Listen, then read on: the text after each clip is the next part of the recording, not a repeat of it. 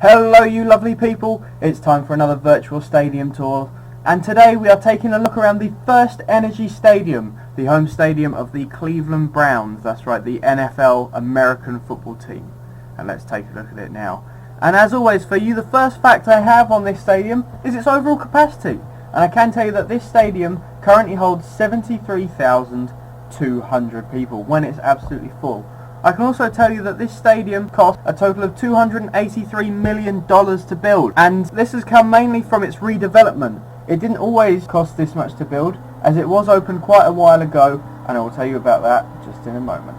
I can also tell you now that this has not only hosted Cleveland Browns NFL American football games, it's also hosted several college football games around the area of Cleveland for many of their high schools there, and it has also held national football, or soccer as known in America, games. That's right, the American men's team has played there twice and the American women's team has played there at least once. Now on to a little bit of history about the stadium. I can tell you that this stadium was originally opened in 1999, and at which point it was known as the Cleveland Browns Municipal Stadium. However, as with many of the stadiums in the NFL, they did sell their stadium's naming rights to a big company after a little while, and so, of course, the name of it was changed as the naming rights were sold to the FirstEnergy company. So now, of course, it is known as the FirstEnergy Stadium. Of course, now I can tell you that whereas the stadium was opened in 1999, in 2013 it was closed for part of a two-phase redevelopment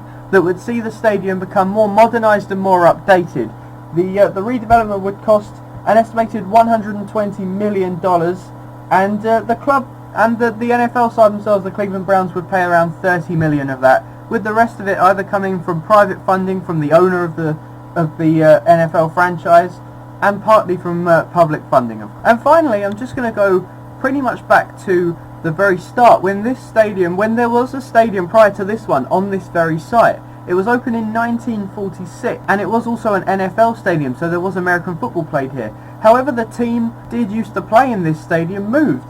They moved from Cleveland to another city in America not too far away. This stadium was left unused for a few years. However, the city of Cleveland would not be without its NFL football franchise for too long, as just a few years later, in 1996, it was agreed that another NFL franchise would come back to the city of Cleveland. They would be named once again the Cleveland Browns, and that's when construction on this stadium started in 1996, completed of course in 1999 when the stadium opened, with once again an overall capacity of 73,200. Now I just need to say thank you very much for watching this. If you like this video, please hit that like button, it helps me out a lot.